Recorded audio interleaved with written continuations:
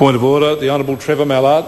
Mr Speaker, I'm again reluctant to do this with one of my colleagues, but Sir, it's long been the case that the motives of the government cannot be challenged, and the linking of direct donations for policy is something which would certainly indicate a lack of integrity on the part of the government. And while the government whips and the Minister and the Chair might want to accept that as a fact, I think, Sir, it is a reflection on the House, and Sir, any suggestion that this is a policy for money approach, as has been made by my colleague, is, in my opinion, something which is out of order. I know that you were temporarily distracted. The Minister was clearly listening. I know that the junior government whip was listening, and she appeared to be nodding. I'm not sure if she's going off to sleep or agreeing, but Sir, it does seem to me that impugning the motives of the Minister, saying that he and his party are getting cash for this policy, is something which implies corruption and probably should not be allowed to continue. Speaking of the point of order, the Honourable Nick Smith. Mr Chairman, the first thing is that government members did not take a point of order because we give little credibility to this assertion that's been given on repeated occasions. But furthermore, Mr Chairman, I think you should take note that the reason Mr Mallard chose to take a point of order, far from actually upholding the principles of the House, was exactly the opposite, and simply to give him the opportunity to recite those quite wrong and unparliamentary allegations. Well, firstly, can I say in response to Mr Mallard's point of order, it is not a unique event in this Parliament where people's motives have been questioned. In fact, it would be a remarkable period of time where the motives of people moving legislation or moving amendments was not spoken about. So the motivation otherwise is, in my view, a legitimate part of debate for this House.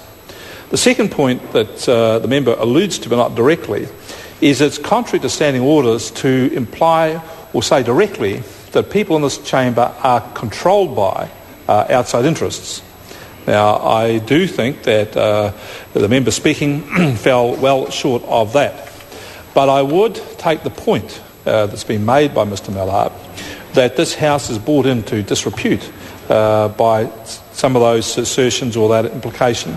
And so I'm not going to draw the member up on it, but I do think the member should be circumspect. An attack on any particular member's motives in this House is an attack on all of this House. And I think the members should be mindful of the decorum of this place and the standard debate that the public would expect. The member will continue. Thank you, Mr Chair, and happy to do so. And I think we're very lucky that we have the Honourable Trevor Mallard as a moral conscience of this House to keep us all on the straight and narrow where the government fails to do so. And I say to the Honourable Nick Smith, if he's so upset about these allegations, then stop hiding the money in trusts and let the New Zealand people see where the money is coming from. Now, I carry on. The reason I believe that the Honourable Nick Smith wants to change the title of this Act away from injury prevention, rehabilitation and compensation is so that when he privatises it, there's absolutely no onus on the new Australian owners of the scheme to carry out those activities. So he's clearing the decks and making it clear that all they will have to be in charge of is the paying out of money. And when I say that, let me kind of preface that by saying, of course, insurance companies make money by not paying out and by refusing claims, and that is the future for New Zealand workers under this national government when it comes to their workers' compensation. But he's sending a very clear message that no longer will they have to carry out injury prevention and rehabilitation.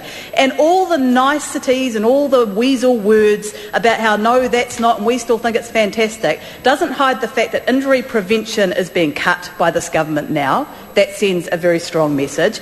And if all the national members, and there weren't many of them who took calls, but those that did, if they were genuinely concerned about saving money, then surely injury prevention is the way to do that. It makes far more sense to spend a bit of money keeping people well. And let's be clear, every single piece of analysis of the programs that were in place, and my colleague Ruth Dyson mentioned the falls prevention, they were working.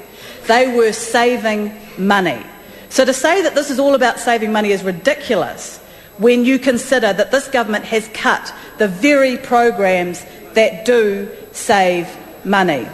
And if I were to come up with an alternative title for this piece of legislation, sir, I think I would probably come up with a title along the lines of the ACC Kiss Your Holidays Goodbye Amendment Bill, because I don't think that the Minister has been completely upfront with the people. Mr Chair, Call the Honourable David Cunliffe.